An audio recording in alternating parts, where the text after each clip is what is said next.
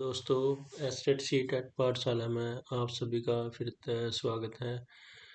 दोस्तों जैसे कि आप सबने पता भाई जो हमारा सी टेट है वो 7 और 8 तारीख को होने वाला है। एग्ज़ाम सीटी अपनी आ गई है जो आपने वीडियो पहले अपने चैनल पे डाल दी थी, जिसमें कुछ बच्चों के जो है 7 तारीख को हैं और कुछ बच्चों के 8 तारीख को उनका पेपर होना है सी टेट का। और जो सेकंड लेवल है वो आपका सवेरे ही होगा, 7:30 बजे आपकी एंट्री स्टार्ट हो जाएगी। तो भाई अपने पास मैक्सिमम 10 दिन बचे हैं। 10 दिन में अपने क्या करना है, रिवीजन करनी है।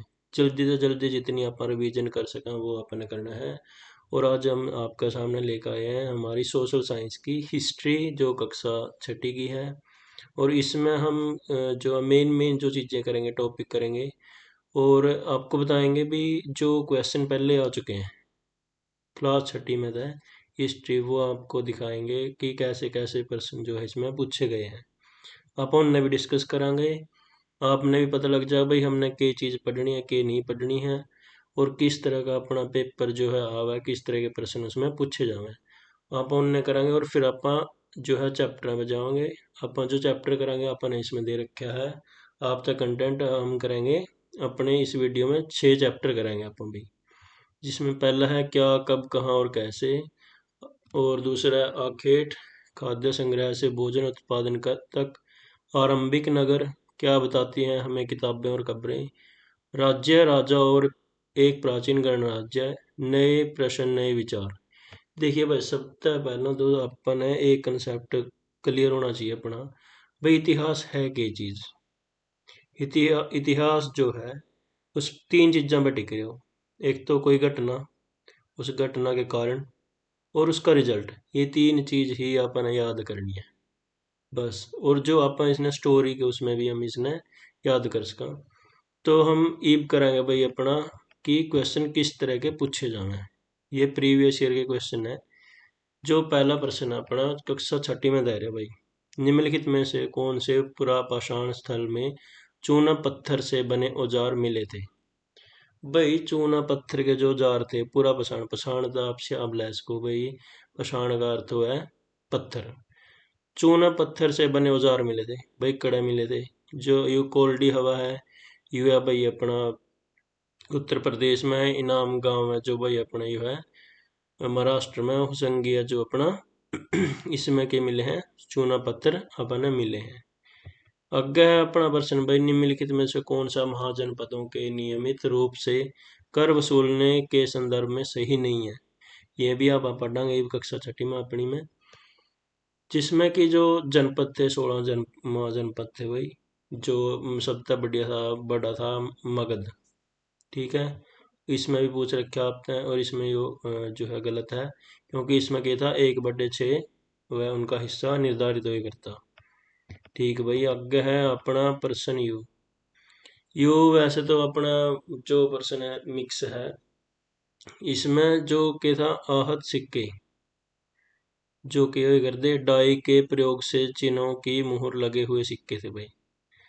फिर उत्तरी काले चमकीले पात्र, मिट्टी के बहुत ही पतले और सुंदर बर्तन, एम्फोरा लंबा दोहरे हत्थे वाला पात्र हुआ करता भाई। एरेंटिन वेयर मुहर लगे चमकदार बर्तन। तो इस तरह के देखो आपका प्रश्न पूछे जावे कि अपन ना तो ज़्यादा डीप में पढ़ना, अपन सही सही जो सिलेक्टेड चीज़ें ही पढ़नी है जो अपना पेपर तय रिलेटेड है। फालतू की चीज़ अपन नहीं पढ़ांगे क्योंकि ये ना अपना बैठे में इतना। देखिए इसमें देखो भाई कक्षा छठी में बता रहे हो न पाषाण और पूरा पाषाण का बता रखा भाई। इसमें तो के चीज़ अलग है, के चीज़ अलग करे। ओखली और मुसल का प्रयोग अनाज को पीसने के लिए किया जाता है, यह भाई अपनी नवपाषाण की विशेषता है। बर्तनों का प्रयोग यो भी अपनी नवपाषाण की है।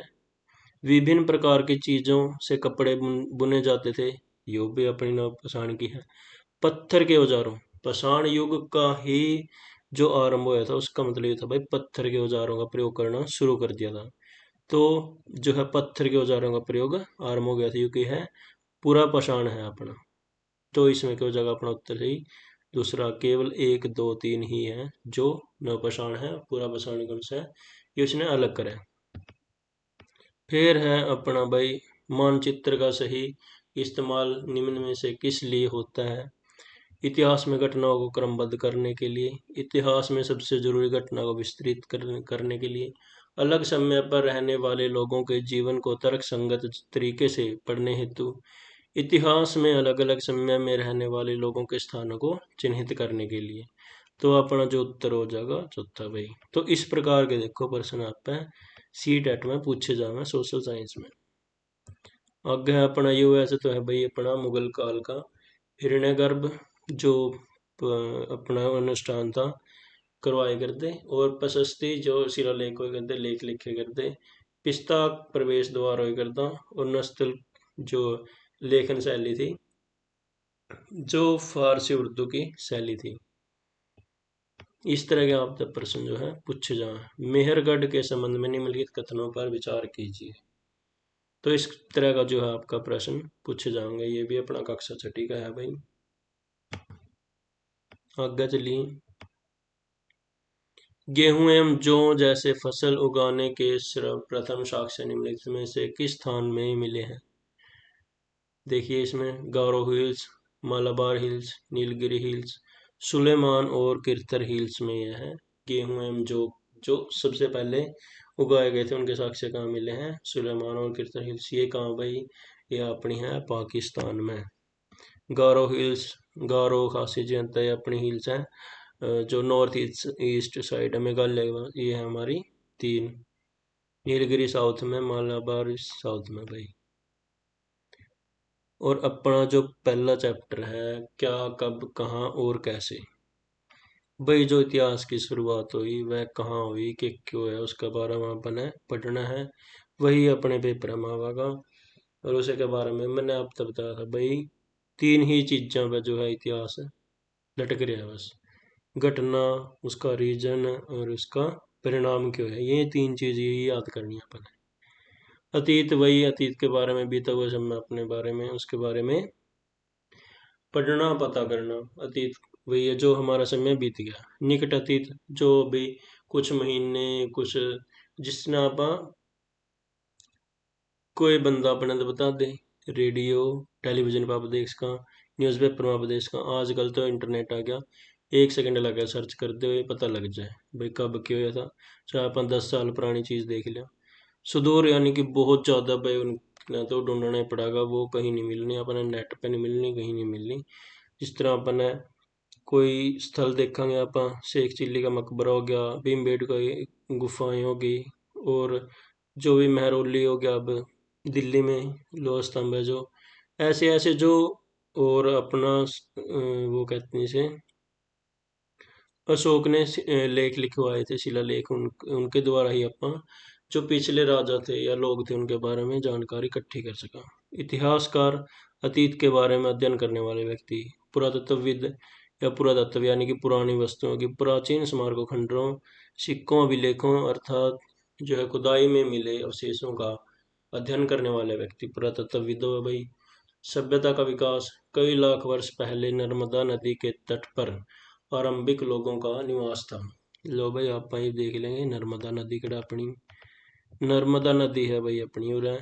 तो उर के था विकास हुआ था, यह अपनी विंध्या पहाड़ियाँ, और यह है अपनी किरथर सुलेमान जो पाकिस्तान में है, और ये अपनी गारो पहाड़ियाँ, ये हैं भाई अपनी गारो पहाड़ियाँ। आगे हम करांगे भाई अपना सिंधु नदी की सभ्यता का विकास 4700 वर्ष पूर्व, यानी कि जो अपा इन्होंने यह भी समय जोड़ लिया भाई अपना जो सा अब चल रहा 2000, लेकिन अपने जो 2250 2250 ईस्वी पूर्व से स्टार्ट होकर 1750 ईस्वी तक सिंधु नदी की सभ्यता या हड़प्पा सभ्यता के नाम से जाना जाता है भाई इसको, उसको उसका यही समय था। फिर गंगा नदी की सभ्यता का विकास, गंगा और इसकी सहायक नदियों के किनारों पर लगभग 2500 वर्ष पूर्व अनेक नगरों का उदय हुआ। जैसे गंगा जो संगम है उसमें भाई अपना मगध था सबसे बड़ा जो क्षेत्र था। मगध का उत्कर्ष 2500 वर्ष पहले हुआ। गंगा नदी के दक्षिण में हुआ था। पांडुलिपियां ताड़पत्रों भोजपत्रों पर हाथ से लिखी गई लिपियों को पांडुलिपियां कहते हैं। इनका भी अपने इतिहास में उनको जानने के लिए इनकी बहुत ज़्यादा ज़रूरत है। पांडुलिपियां, अभिलेख लौह स्तंभों पर लिखवाए गए। जो इंडिया, अब इंडिया भाई, इंडिया कैसे इसको बोला जाता है भारत को? इंडिया शब्द इंडस से निकला था, जिसे संस्कृत भाषा में जो है सिंधु कहते हैं। और जो इसमें भी पूछा जाए कि यूनानियों ने सिंधु को क्या कहा? इंडोस। और ईरानियों ने कहा इंडोस। प्राकृतिक भाषा जो आम लोग थे वो कौन सी भाषा बोले करते? प्राकृतिक भाषा। बीसी जैसे लिखा हुआ भाई 5000 बीसी, या फिर 1000 बीसी, 570 बीसी, तो इसका मतलब है बिफोर क्राइस्ट, यानी कि ईसा मसीह के से पहले का समय, जन्म से पहले का समय। मिस्र की सभ्यता थी जो, वो भी भाई किसके समकालीन थी? हड़प्पा सभ्यता के समकालीन थी। इसमें आप प्रश्न कराएं जो अपने इम्पोर्टेंट प्रश्न है, फालतू की कोई भी चीज़ आप पेपर में नहीं लेकर जावांगे। आप सिर्फ वही चीज़ करांगे जो पेपर में पूछी गई है या फिर पूछी जा सके सिर्फ। कई लाख साल पहले भारत में किस नदी के तट पर लोगों के रहने के प्रमाण मिले हैं? नर्मदा नदी के तट पर मिले हैं भाई। सबसे पहले अपन पढ़ा था, मानव ने 8000 वर्ष पूर्व सबसे पहले किन फसलों का उत्पादन शुरू किया? गेहूं और जौ का। सबसे पहले वो प्रश्न पूछा गया पहला भी, सबसे पहला किसने जो है कौन सी फसल का उत्पादन शुरू करा था? गेहूं और जौ, जौ का। जो याद रखना है। विंध्य पहाड़ियों के उत्तर में किस फसल का उत्पादन किया गया? चावल का। जो विंध्य पहाड़ी थी अपनी, वही ये हो रही विंध्य पहाड़ियाँ अपनी, इसका बारे में अपन बात करी थी। विंध्य पहाड़ियों का जो है, इनके ऊपर किसका क्या है? गेहूं और जौ का। विंध्य पहाड़ियों के उत्तर में किस फसल का उत्पादन किया गया? चावल का। सहायक नदियां किसे कहते हैं? देखो सहायक नदियां, अब अपनी की है सिंधु घाटी सभ्यता पढ़ेंगे आप आगे। इसमें सिंधु घाटी जो नदी है, सिंधु नदी है। सिंधु नदी की जो सहायक नदी है, एक तो झेलम है, एक चिनाब है, और एक अपनी रावी है, और व्यास है, और एक सतलुज नदी है, जो अपनी पाकिस्तान और भारत में दोनों में जो बहव है। आगे है भाई अपना सिंधु की सहायक नदियों के नाम अभी बताए थे, सतलुज, ब्यास, रावी, चिनाब और झेलम। सिंधु नदी के किनारे बस्तियों का विकास कब हुआ? 4700 साल पहले हुआ भाई। गंगा की 4 सहायक नदियों के नाम? यमुना, चंबल, सोन और कोसी। अपनी जो यमुना नदी है, यह रही भाई अपनी यमुना नदी। इसकी सहायक है यमुना, चंबल, सोन, देख सको आप पूरा था। और यह इस साइड तक है ब्रह्मपुत्र नदी भी इसमें मिल जाए, बांग्लादेश में आकर। तो ये चीजें अपन है याद रखनी ही रखनी है। गंगा नदी की घाटी में प्राचीन काल में किस विशाल राज्य की स्थापना हुई? मगध राज्य की हुई थी भाई, गंगा के दक्षिणी हिस्से में मगध राज्य की स्थापना। इंडस शब्द की उत्पत्ति किस शब्द से हुई है? इंडिया शब्द की जो है इंडस से हुई है। इंडस को संस्कृत में किस नाम से जाना जाता है? सिंधु। भरत शब्द का प्रयोग किस लिए किया जाता था? भरत शब्द जो उत्तर पश्चिम में रहने वाले लोग थे उन वास्ते करे करते। पांडुलिपि किसे कहते हैं? हाथ से लिखी गई पुस्तकों को पांडुलिपि कहते हैं। पांडुलिपियां किस पर लिखी जाती हैं? ताड़पत्रों, भोजपत्रों पर लिखी जाती हैं। जिस पर अतीत की जानकारी के स्रोत कौन से हैं? पांडुलिपियां, अभिलेख, पुरातत्व, खंडहर, या फिर जो भी ऐतिहासिक अपने स्थल हैं, पुरास्थल हैं, सभी। इतिहासकार किसे कहते हैं? अतीत का अध्ययन करने वाला इतिहासकार होता है। ईसा मसीह के जन्म से पूर्व की सभी तिथियों को किस रूप में जानते हैं? ईसा पूर्व, या फिर BC, before Christ. Isa Masih के जन्म के बाद की तिथियों को किस नाम से जानते हैं? ईसवी। 8000 वर्ष पूर्व सबसे पहले किन फसलों की खेती शुरू की गई थी? देखो भाई, गेहूं और जौ की जो है करी गई थी। भारत के मध्य में स्थित पहाड़ियां हैं विंध्य की पहाड़ियां, अब तक दिखाया था इब्बे थोड़ी देर पहला। देखो भाई बिल्कुल बीच में है विंध्य की पहाड़ियां, विंध्य की पहाड़ियां बिल्कुल बीच में है। और इसके बाद है हमारा भारत के उत्तर पूर्व में स्थित पहाड़ियां हैं गारो की पहाड़ियां, जो मेघालय के पास हैं। जो नदियां एक बड़ी नदी में मिल जाती हैं वे कौन सी हैं? सहायक नदियां हैं। जैसे अपनी सिंधु नदी की थी, चिनाब, झेलम, रावी, सतलुज। सिंधु की सहायक नदी है बताओ भाई इसमें तो कौन सी है? सतलुज भी है, रावी भी है, व्यास भी है। आरंभिक नगरों का विकास हुआ सिंधु और उसकी सहायक नदियों के किनारों पर, गंगा और उसकी सहायक नदियों के किनारों पर, विंध्य पहाड़ियों के आसपास, गारो पहाड़ियों के आसपास, सिंधु और उसकी सहायक नदियों के आसपास। क्योंकि अपनी कौन सी सभ्यता है, पहला जो अपनी मेन है वह है अपनी हड़प्पा सभ्यता, जिसमें नगर व्यवस्था देखी गई थी, पहली थी। इसमें पूछा आरंभिक नगरों का विकास हुआ, तो भाई वह अपनी थी सिंधु घाटी, जिसमें भारत के भी कुछ स्थल थे और पाकिस्तान के भी।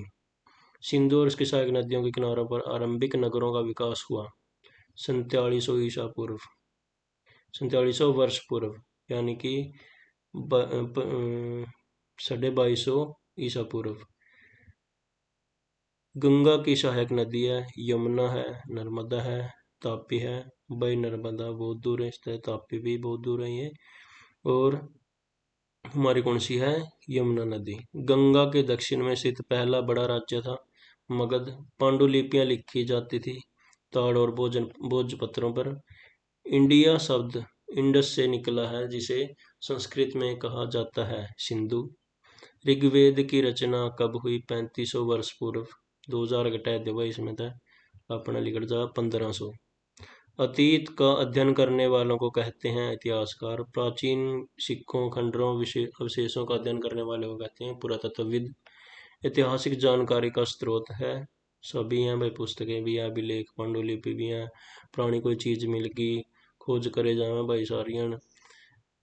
तो वो सारे क्या हैं? इन जो ऐतिहासिक जानकारी के स्रोत हैं। प्राचीन काल में कौन अपने कार्यों का लेखा जोखा रखता था? शासक। कृषक। कृषक ने तो टेम में कौन था भाई? शिकारी। वह बेचारे हुए शेरा पीछे पड़े रहे, करदे कदे हिरन के पाछे भेज लिए, कदे कहेंगे पाछे भेज लिए। पशुपालन में एक तो चीज यह याद रखनी है अपन है कि सबसे पहला कौन सा पशु जो है पालतू पशु के रूप में इन्होंने रखा था, वो था कुत्ता। क्योंकि कुत्ता बहुत वफादार हो गया भाई। ईसा पूर्व और ईसवी का संबंध किसके जन्म से है? प्रभु ईसा मसीह के जन्म से है। मिस्र की सभ्यता कितनी पुरानी है? 5000 वर्ष पुरानी है भाई, यानी कि 2000 ये है, माइनस करते हो 3000 ईसा पूर्व की है। किस शासक ने बड़ी संख्या में अभिलेख लिखवाए? अशोक। पांडुलिपियां जो मौर्य साम्राज्य का था भाई, पांडुलिपियां प्राय उपलब्ध होती हैं मंदिरों में, गुफाओं में, विहारों में। एक तो मंदिरों में पाई जाओ भाई, विहारों में जो बौद्धों के द्वारा जो वहाँ के करे करते, रेस्ट करे करते, इस स्थान थे उन्हें विहार कहे करते, मंदिर अपने मंदिर है। गुफाओं में तो भाई चित्र मिले हैं, पांडुलिपियां नहीं मिली हैं। जो चित्रकला थी, जो चित्रलिपि ही कही करें अपने इसमें हड़प्पा सभ्यता में, क्योंकि लिखण तो मैं इतना जाना नहीं थी, और लिखे भी करते उल्टा लिखे करते मैं तो। ईरानी लोग सिंधु सिंधु को किस नाम से जानते थे? हिंदोस। और यूनानी? इंदोस। यू उरे भी चलेंगे भाई। ईरानी, ईरानी मतलब उल्टा हो गया इसका, यू भाई उरा होगा यूनानी में ई, और यूनानी में ही उरा होगा हिंदोस। ईरानी में हिंदोस और यूनानी में इंदोस। प्राचीन काल में आम लोग किस भाषा का प्रयोग करते थे? प्राकृतिक भाषा का। और उस टाइम तो भाई अंग्रेजी इंग्लिश तो है नहीं थी, जो है प्रकृति भाषा ही जो चित्र बनाए करते, कोई सारे करते करते बस अपने बनाए रखे थे। तिथि के रूप में बीसी का क्या अर्थ है? Before Christ. अगला है भाई अपना दूसरा चैप्टर, आरंभिक मानव की खोज। आरंभिक मानव की शिकार करते फिरे जाए करते, शिकारी, खाद्य संग्राहक मानव। 20 लाख ले भाई, 20 लाख साल पहले, इतना आंकड़ा पेपर में कह के तो याद करेंगे बालक, 20 लाख पहले की याद रह जाएगी इनका।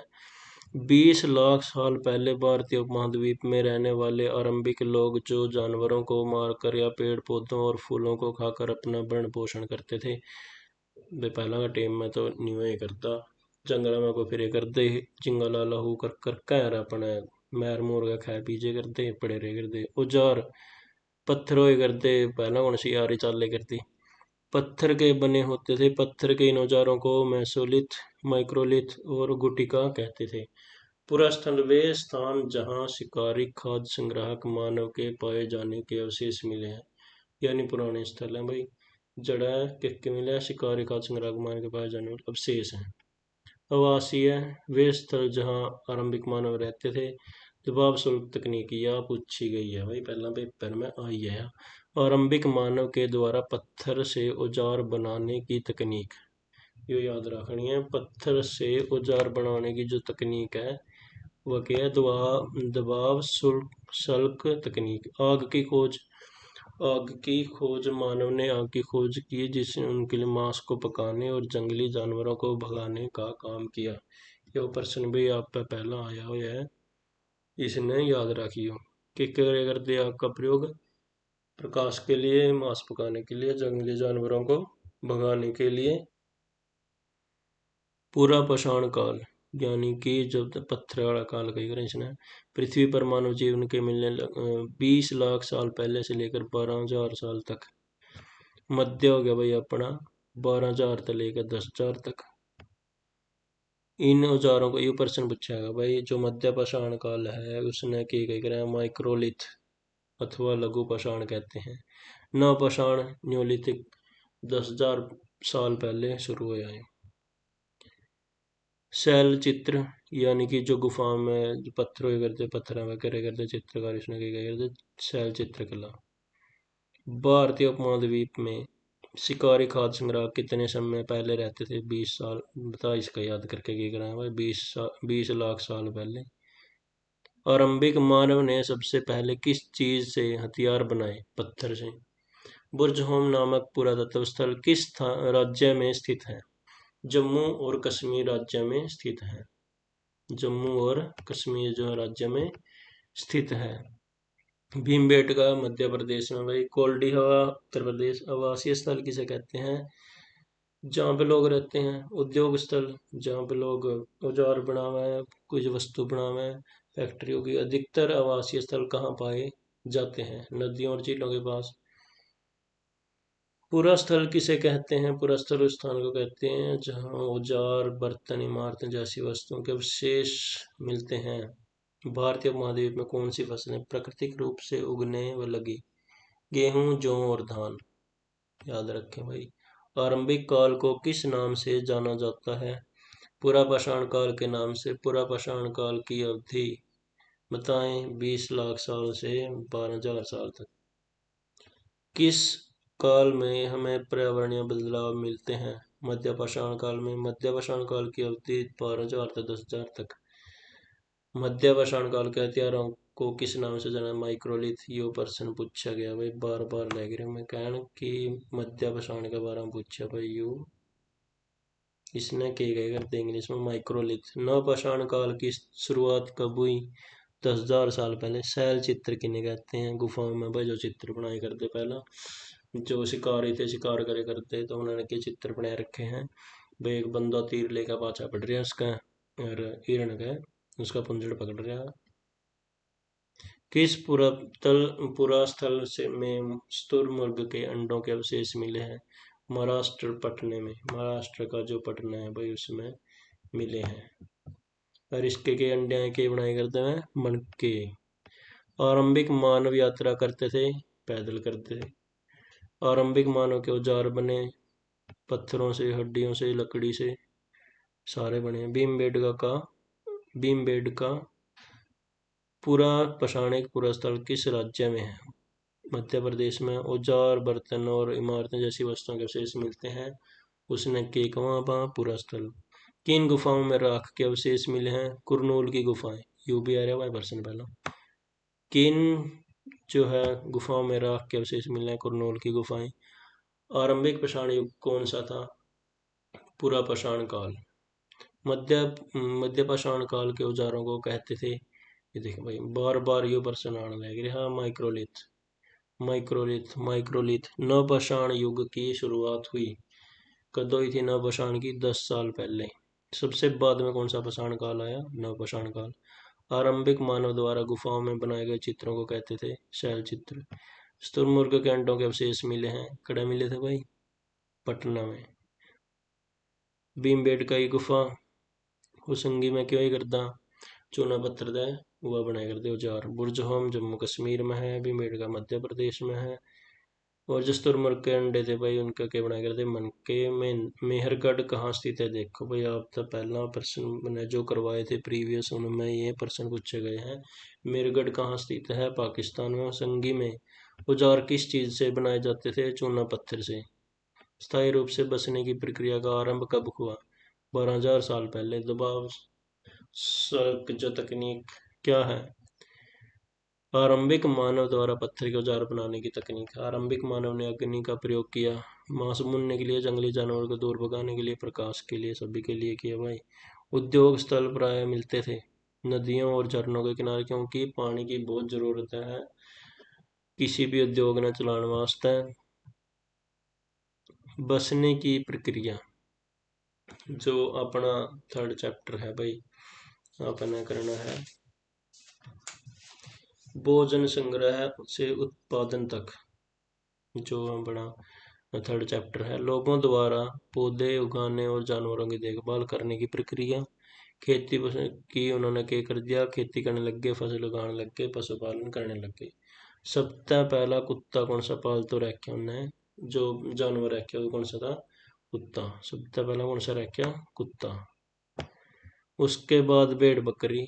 ये प्रश्न पूछा गया भाई पहला, उसके बाद पहला कुत्ता रखा, उसके बाद कौन सा रखा? भेड़ बकरी। बाद के समय भैंस, बैल, गाय ये सारे रखने लग गए। गर्तवास जमीन के नीचे गड्ढा खोदकर उसमें बनाए गए मकान। इस प्रकार के गर्तवास कश्मीर के बुर्जों में मिलते हैं। ये प्रश्न आपसे भाई पहले पूछा गया है। आगे हमारा मेहरगढ़ आधुनिक पाकिस्तान में। इस मेहरगढ़ से रिलेटेड हमने क्वेश्चन जो पहले हमने किया था स्टार्टिंग में ही, प्रीवियस ईयर में आया हुआ था, उसमें एक ऑप्शन ये था, चौकोर और आयताकार घरों के अवशेष मिले हैं। जो ईरान जाने वाला रास्ता है वहाँ पे है मेहरगढ़ आधुनिक, जो पाकिस्तान में है। शवों का अंतिम संस्कार, शवों को जमीन में दफनाया जाता था और उनके साथ जो है खाने पीने की चीजें साथ में रखी जाती थी। बर्तन मिट्टी और पत्थर के जो बर्तन बनाए जाते थे। सबसे पहले इन बर्तनों का प्रयोग अन्न भंडारण के लिए किया जाता था। दाउजली हेडिंग, ये भाई जो वर्ड्स आते हैं, ऐसे शब्द मिलते हैं आपको, उनको जरूर याद रखें। स्थान या जो आपको यूनिक लगते हैं वह पूछे जाते हैं। दाउजली हेडिंग, यह पूरा स्थल ब्रह्मपुत्र नदी की घाटी में म्यांमार जाने वाले रास्ते पर स्थित है। यहाँ करल और मूसल जैसे अनेक प्रवशेष मिले हैं। मूसल भाई जो अपना जैसे देखा होगा आपने, अनाज को कूटने के लिए रखा जाता है। ओखली और मूसल। चताल हयूक, यह तुर्की का एक प्रसिद्ध पुरावशेष स्थल है। इस स्थल पर क्या मिले भाई? चकमक पत्थर, सीपियां और कोडियों के अनेक पुरावशेष मिले हैं। आज हम अपने भोजन का अधिकांश हिस्सा कहाँ से प्राप्त करते हैं? फसलों से, पशुओं से। धान की खेती के लिए अधिक पानी की जरूरत पड़ती है, या गेहूं और जौ की, क्योंकि धान की जरूरत पड़ती है। सूखी और पहाड़ी जलवायु में कौन से पशु सहजता से रह सकते हैं? भेड़ और बकरी। सबसे पहले किस जंगली जानवर को पालतू बनाया गया? कुत्ते को। बसने की प्रक्रिया का क्या अर्थ है? लोगों द्वारा पौधे उगाने और जानवरों की देखभाल करने की प्रक्रिया को बसने की प्रक्रिया कहते हैं भाई।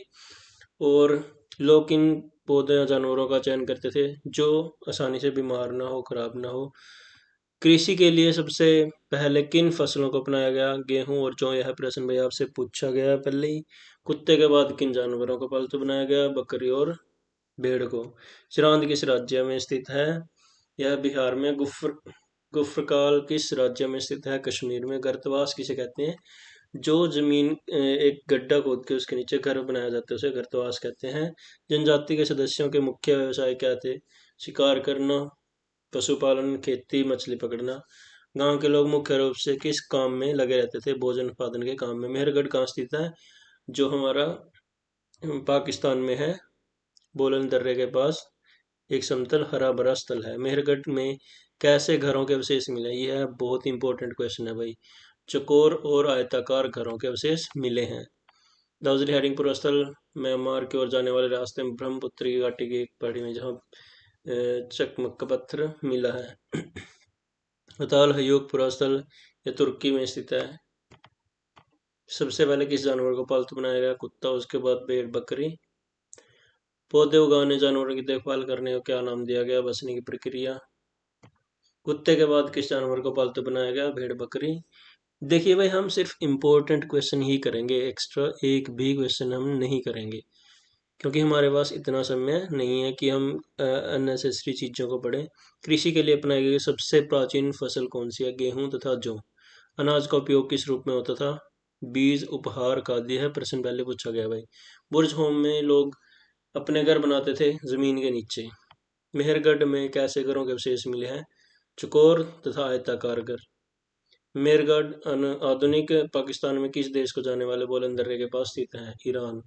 मेरगढ़ की एक कब्र में मनुष्य के साथ किस जानवर का कंकाल मिला है? यह इंपॉर्टेंट है भाई, बकरी। मृतक के साथ बकरी को दफनाया गया खाने के लिए भाई, उसको आगे जाके खाना पता नहीं मिलेगा या नहीं मिलेगा, तो उसके खाने की चीजें, बर्तन वहाँ उसके जो है शरीर के साथ रख दिए जाते थे। दाउजली हेडिंग किस नदी की घाटी में स्थित है? ब्रह्मपुत्र। दाउजली हेडिंग में मिला जोडाइट पत्थर किस देश से आया था? चीन।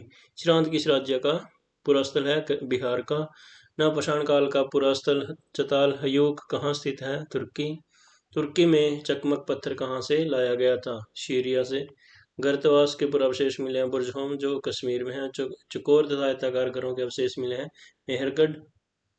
आगे भाई हमारी हड़प्पा सभ्यता। हड़प्पा सभ्यता को का जो उदय था 4700 साल पहले हुआ था पंजाब प्रदेश में, जो पाकिस्तान में। नगर हड़प्पा, मोहनजोदड़ो, लोथल, कालीबंगा, बनावली और रोपड़, ये हमारे मुख्य जो हड़प्पा सभ्यता के स्थल थे। मोहनजोदड़ो में भाई हमें महान स्नानागार और इसको मृतकों का टीला भी कहा जाता है। लोथल है जो हमारा महत्वपूर्ण बंदरगाह था, जो व्यापार का मुख्य केंद्र था। कालीबंगा में भाई हमें चूड़ियाँ भी मिली हैं, हल भी मिला है। बनावली अपना हरियाणा में और रोपड़ पंजाब में है। नगर योजना। हड़प्पा के नगर दो भागों में विभाजित थे। पश्चिमी हिस्सा जो था ऊंचाई पर, जिसे नगर दुर्ग कहते थे, और एक नीचा था, एक हिस्सा जो था वो नीचे था, जिसे निचला नगर कहते थे। महान स्नानागार मोहनजोदड़ो में एक विशाल तालाब था, जिसे सामाजिक स्नान के रूप में या धार्मिक स्नान के रूप में भी देखा जाता था। अग्निकुंड कालीबंगा और लोथल में अग्निकुंड मिले हैं, यह इंपॉर्टेंट है, जिसका प्रयोग यज्ञ करने के लिए किया जाता था। घर कैसे थे? पक्की ईंटों के बने थे, आमतौर पर या तो एक मंजिल या दो मंजिल होते थे। घर के चारों ओर घर का जो आंगन था उसके चारों ओर कमरे बनाए जाते थे। सड़कें पक्की थी, ईंटों से बनी थी। नाले भी थे, नालियाँ जो पानी की निकासी थी उनकी बहुत ही ज़्यादा अच्छी थी। नगरीय जीवन। देखिए सबसे पहले तो कि जो हड़प्पा सभ्यता थी, वह नगरीय जो प्रणाली थी उसमें व्यवस्था थी, सबसे पहली हड़प्पा सभ्यता में ही देखने को मिलती है। नगर नियोजन।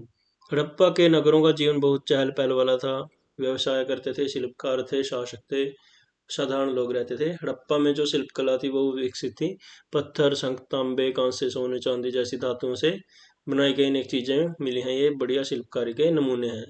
फेयंस। बालूसफ्टिक पत्थरों के चूर्ण को गोंद में मिलाकर एक कृत्रिम घोल तैयार किया जाता था, जिससे फेयंस कहते हैं। इससे वस्तुएं बनाई जाती थी। कृषि। हड़प्पा काल के लोग गेहूं, जौ, दालें, मटर, धान, तिल और सरसों का उत्पादन करते थे। हड़प्पा सभ्यता का अंत।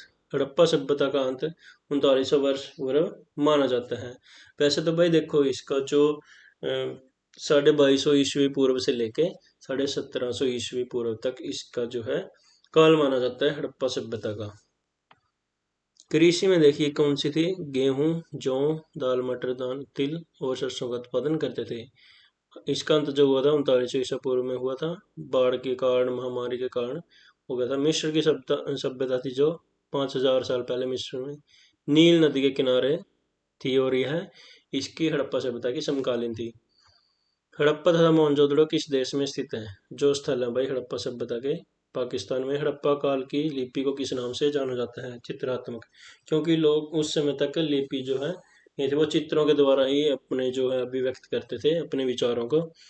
जैसे हमने भीमबेटका की जो गुफाएं हैं उनके अंदर भी हमने चित्र देखे हैं कि एक शिकारी है जो कि हिरण के पीछे जो दौड़ रहा है, तीर और कमान लेके। हड़प्पा संस्कृति के 3 शिल्पकारों के नाम? कुमार, बढ़ई, जुलाहा। मोहनजोदड़ो का अर्थ क्या है? मृतकों का टीला। यह इंपॉर्टेंट क्वेश्चन है भाई। हड़प्पा संस्कृति को और किस नाम से पुकारा जाता है? सिंधु घाटी की सभ्यता। हड़प्पा संस्कृति के 2 महत्वपूर्ण भवन कौन से हैं? स्नानागार, धान्यागार। हड़प्पा संस्कृति के काल के मिट्टी के बर्तन हरियाणा राज्य में किस स्थान से प्राप्त हुए हैं? भवानी खेड़ा में। हड़प्पा संस्कृति काल की सबसे बड़ी उपलब्धि क्या थी? लिपि का आविष्कार। यहाँ पे लिपि का आविष्कार हो गया था भाई। जैसे हमारी जो आज के समय में जो अपनी लिपि है वो है लेफ्ट टू राइट है, लेकिन इनकी लिपि थी जो उल्टी थी, वो राइट टू लेफ्ट थी, जो जिसको आज तक पढ़ा नहीं गया है। उस नगर का नाम लिखिए जिसकी सबसे पहले खोज हुई थी। मोहनजोदड़ो। मोहनजोदड़ो नगरी की खुदाई कब और किसके द्वारा की गई? 1922 में राखलदास बनर्जी द्वारा इसकी खुदाई की गई थी। सिंधु घाटी सभ्यता का समाज मुख्यतः कितने भागों में था? दो। जो ऊपर रहते थे उनको नगर दुर्ग बोलते थे, और जो नीचे रहते थे उनको निचला दुर्ग, निचला नगर कहते थे। मोहनजोदड़ो नगर की प्रभावशाली कृति कौन सी थी? विशाल स्नानागार मोहनजोदड़ो की सबसे प्रभावशाली कृति थी। हड़प्पा संस्कृति के लोगों का मुख्य व्यवसाय क्या था? कृषि। हड़प्पा संस्कृति के लोगों का भोजन क्या था? गेहूं, चावल, दूध या फिर मांस, फूल, सब्जियां, और जो पशुओं से जो भी प्राप्त होता था उनके सब में खाद्य पदार्थ थे। हड़प्पा सभ्यता के नगरों का निर्माण कब हुआ? 4700 साल पहले।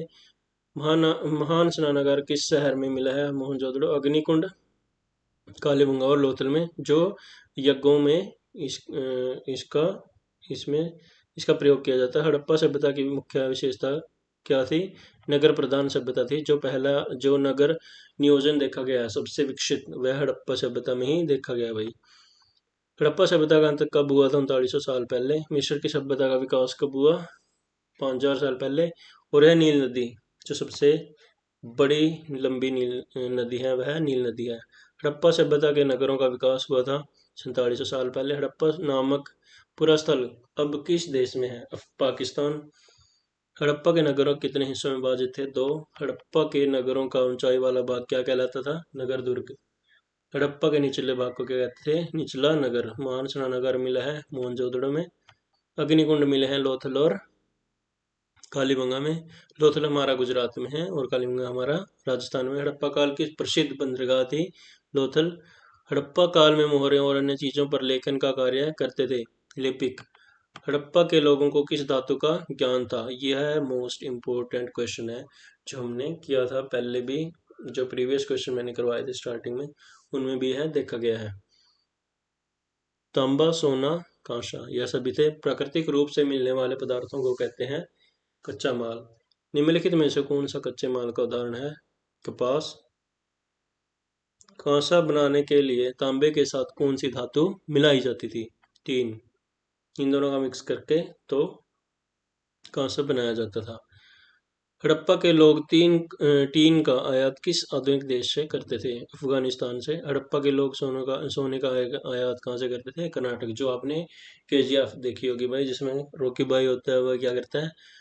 सोने के जहाज को, जिसमें सोना होता है, उसको लेके फरार हो जाता है, और वहाँ जो एक सोने का बिस्किट होता है उसको पुलिस वाला ले जाता है, वैसे आके उसको तबाह कर देता है। फिल्मों में जो दिखाई देते हैं आपको, एक मशीन गन से पूरे के पूरे जो उनका पुलिस स्टेशन था उसको उड़ा दिया जाता है। तो कर्नाटक फेमस है भाई हमारा सोने के लिए। सोने का आयात कहाँ से होता था? कर्नाटक। हड़प्पा के खिलौने किस चीज से बनाए जाते थे? पक्की मिट्टी। What books and burials tell us, जो किताबें और कब्रें हमें क्या बताती हैं? हमारे इतिहास के बारे में। दुनिया के प्राचीनतम ग्रंथ ग्रंथ जो हैं वो चार हैं। ऋग्वेद सबसे पहले लिखा गया, यजुर्वेद और अथर्ववेद। ऋग्वेद, इसकी रचना सबसे पहले लगभग 3500 साल पहले हुई थी। इसमें 1000 से ज्यादा प्रार्थना जिन्हें सूक्त कहा जाता है। ऋग्वेद के तीन मुख्य जो देवता थे, यह इंपॉर्टेंट है भाई। अग्नि जो आग का देवता था, इंद्र वर्षा का देवता था, सोम सोमरस यानी कि खान पीने की चीज भाई। वेदों की भाषा, वेदों की रचना प्राकर अथवा वैदिक संस्कृति थी, जो आज की संस्कृत है उससे अलग थी बिल्कुल।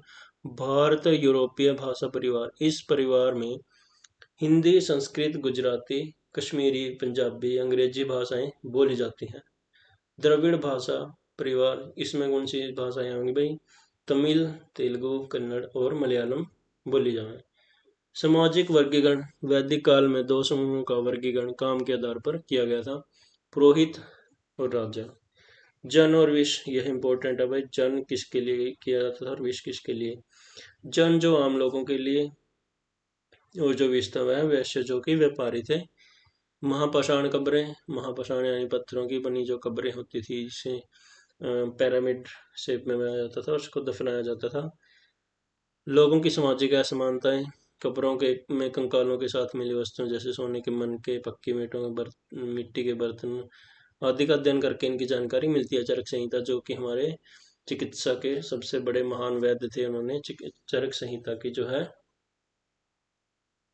रचना की थी। और उन्होंने बताया कि मनुष्य शरीर में कितनी हड्डियां, दो 360। और जो आज हमारा जो साइंस मानती है वो कितनी मानती है, 206, 206। चीन की सभ्यता का विकास 3500 साल पहले हुआ था। सबसे पहले किस वेद की रचना हुई, ऋग्वेद की। ऋग्वेद की रचना कब हुई, 3500 साल पहले, यानी कि 1500 ईस्वी ईस्वी पूर्व। ऋग्वेद में दी गई प्रार्थनाओं को क्या कहते हैं, सूक्त। संस्कृत किस भाषा परिवार का हिस्सा है, भारतीय यूरोपीय। द्रविड़ भाषा परिवार की भाषाओं के नाम, तमिल, तेलुगु, कन्नड़, मलयालम। झारखंड और मध्य भारत के कई हिस्सों में भाषा परिवार की भाषाएं बोली जाती हैं, ऑस्ट्रो एशियाटिक परिभाषा परिवार की। ऋग्वेद में किन दो नदियों की देवियों के रूप में पूजा की गई है, सतलुज और ब्यास नदियों की पूजा की गई है। वैदिक काल में लोगों का वर्गीकरण किन आधारों पर किया जाता था, काम, भाषा, परिवार, समुदाय, निवास स्थान, संस्कृति आधार पर किया जाता था। वैदिक काल में पूरी जनता के लिए किन दो शब्दों का प्रयोग होता था, जन और विष। दस्यु कौन कहलाते थे, जो दास होते थे, उनको यज्ञ करने का अधिकार नहीं था, उनको वेद पढ़ने का अधिकार नहीं था। महापाषाण कब्रें बनाने की प्रथा कब आरंभ हुई थी, 3000 साल पहले हुई थी। ब्रह्मगिरी में मिली कब्र से क्या मिला है, 33 जो है सोने के मनके और शंख। चरक ने किस विषय पर अपनी पुस्तक चरक संहिता लिखी थी, चिकित्सा शास्त्र। और यह इसमें कितनी बताई है हड्डियां, मनुष्य में 360। चीन की सभ्यता 3500 साल पहले विकसित हुई थी। वेदों की संख्या कितनी, 4। पर सबसे पुराना वेद है हमारा ऋग्वेद। ऋग्वेद की रचना हुई थी 3500 साल पहले। ऋग्वेद में वर्णित प्रार्थना को क्या कहा जाता है, सूक्त। वेद किस भाषा में लिखे गए थे, वैदिक संस्कृति में। दक्षिण भारत में किस भाषा परिवार की भाषाएं बोली जाती हैं, द्रविड़। और द्रविड़ भाषा परिवार की भाषा है मलयालम। झारखंड और मध्य प्रदेश के समय कौन सी परिवार की भाषा बोली जाती थी, ऑस्ट्रो एशियाटिक। ऋग्वेद में किस ऋषि के सतलुज और ब्यास नदियों के साथ वार्तालाप का वर्णन किया गया है, विश्वामित्र, जिन्होंने हमारा ओम भूर्भुवः स्वः लिखा है, इसकी रचना की। ऋग्वेद में किन दो नदियों को देवी के रूप में माना है, सतलुज और ब्यास। ऋग्वेद में किन दो समूहों का वर्गीकरण काम के आधार पर किया गया है, पुरोहित और राजा। वैदिक काल में जनता या पूरे समुदाय के लिए किस शब्द का प्रयोग होता था, जन और विष। जन यानी आम लोग और विष यानी जो वैश्य होते थे उनके लिए। महापाषाण कब्रें बनाने की प्रथा कब आरंभ हुई थी, 3000 साल पहले। चरक कौन था, एक महान वैद्य था जिसने चरक संहिता शास्त्र जो लिखा था, चिकित्सा शास्त्र। चरक संहिता की रचना किसने की थी, चरक ने। चरक के मनुष्य शरीर में कितनी हड्डियां का वर्णन किया, 360। आधुनिक शरीर 206। चीन में लेखन कला के सबसे पुराने उदाहरण कब के हैं, 35 साल पहले। ऋग्वेद की रचना पर ऋग्वेद के कागज पर छपाई करने का कार्य कब हुआ, 150 वर्ष पहले। तमिल, तेलुगु, कन्नड़, मलयालम किस भाषा परिवार के हैं, द्रविड़। इनाम गांव किस आधुनिक राज्य में स्थित है, महाराष्ट्र। इनाम गांव किस नदी के तट पर बसा है, गोड। आ गया हमारा चैप्टर भाई, गणराज्य, राज्यों का जो नए नए जो राज्य बने थे उनके बारे में बताया गया है। महाजनपद बने थे, और महाजनपद से रिलेटेड हमने अभी एक क्वेश्चन किया था। कितने 16 महाजनपद हैं टोटल। गणराज्य का विकास उत्तर भारत में लगभग 3000 साल पहले हुआ था। मगध, कौशाम्बी, भज्जी, हस्तिनापुर प्रमुख गणराज्य थे। अश्वमेध यज्ञ जैसे कि आपने देखा भाई, रामायण हुई थी। रामायण में राम ने क्या करा, अपना घोड़ा छोड़ दिया यज्ञ करवाएगा भाई, जो भी इसने रोकेगा उसने मेरा गला लोहा लेना पड़ेगा और अपना गला युद्ध लड़ना पड़ेगा। अपा तो भाई तीर तुक्के ठा के तैयार खड़े हैं। तो क्या होया भाई, घोड़ा चल रहा था, घोड़ा चलता चलता लव कुश थे, लव कुश ने अपना वैद लिया। वह देखा कौन है तकड़ा राजा, अपने मिलना उसका है, कौन समर्थ शक्तिशाली है। तो उन्होंने क्या किया, घोड़ा पकड़ लिया और बांध लिया।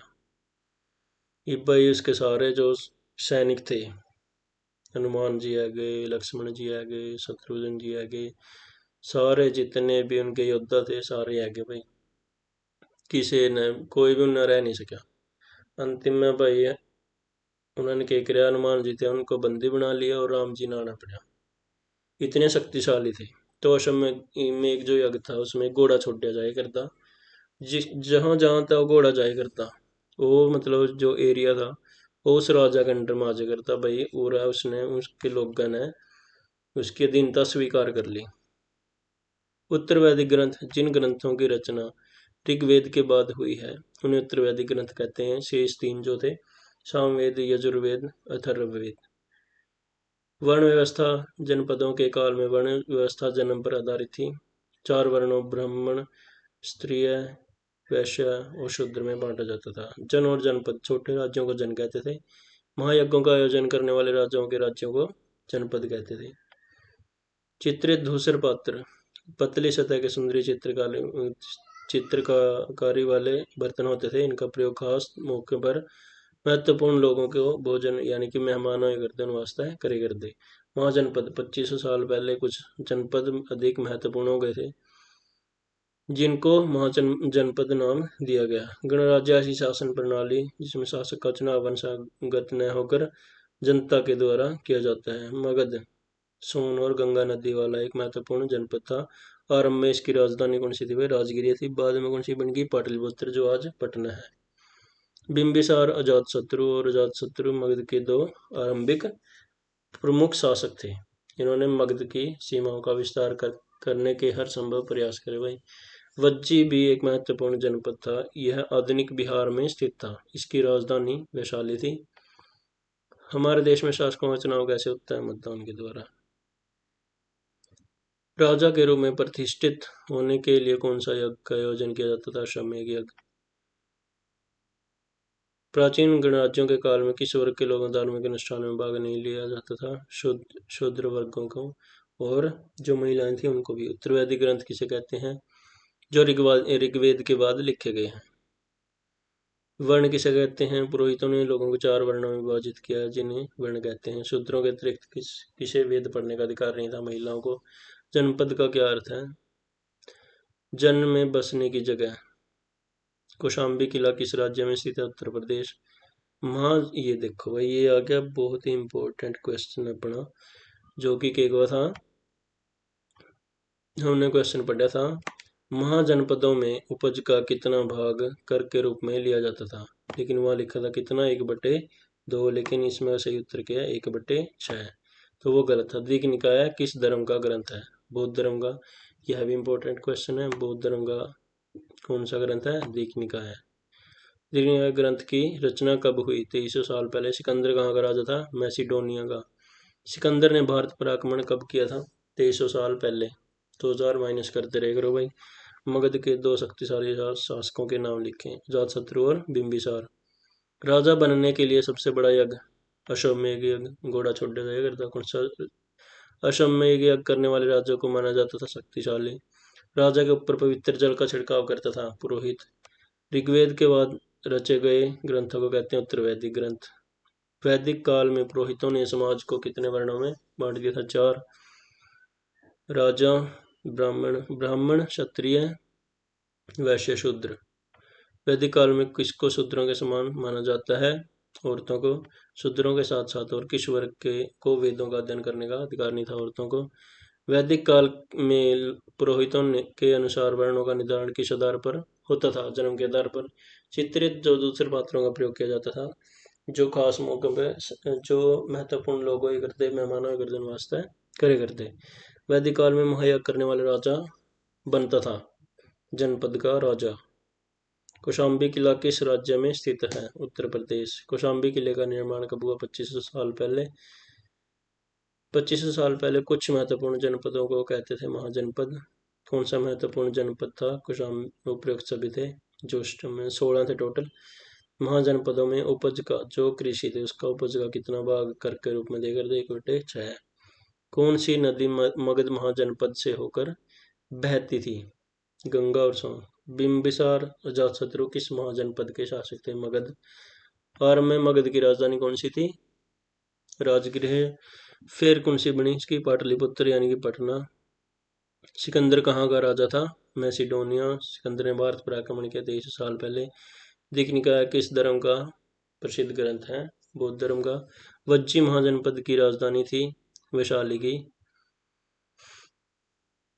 एथेंस में 2500 साल पहले किस शासन की व्यवस्था हुई थी? गणतंत्र या प्रजातंत्र की? गण या संघों का पतन कब हुआ था? 1500 साल पहले हो गया था। यह वीडियो है भाई जो बहुत ही इंपॉर्टेंट है। इस बार आपने एक भी क्वेश्चन नहीं दिखेगा। छठी की आप कंप्लीट करेंगे, हिस्ट्री 7वीं की करेंगे, 8वीं की करेंगे, अपन तीनों हिस्ट्री कंप्लीट करेंगे। हिस्ट्री में अपन मिलेंगे 13 से 14 क्वेश्चन हिस्ट्री के आएंगे, और वही 13 से 14 क्वेश्चन आएंगे जियोग्राफी के, और 13 से 14 आएंगे हमारे पॉलिटिकल साइंस के। तो भाई आपने ये जो आप इसमें तय इम्पोर्टेंट क्वेश्चन जो करेंगे इसे करके ज़्यादा समय ना खराब करके कम समय में ज़्यादा तैयारी कराने की कोशिश करेंगे, ज़्यादा से ज़्यादा कंटेंट मिले। लेकिन इस चीज़ की गारंटी है कि भाई इससे बाहर पेपर में नहीं आएगा, ये मैं लिख के दे रहा हूँ। तो इस वीडियो को बार बार देखें। अगर आपको अच्छी लगी है वीडियो तो शेयर करें, लाइक करें, और कमेंट करके हमें बताएं कि हम और इम्प्रूव क्या क्या कर सकते हैं। और अगर आपको कोई कमी नज़र आ रही है तो वो भी हमें ज़रूर बताएं। Thank you.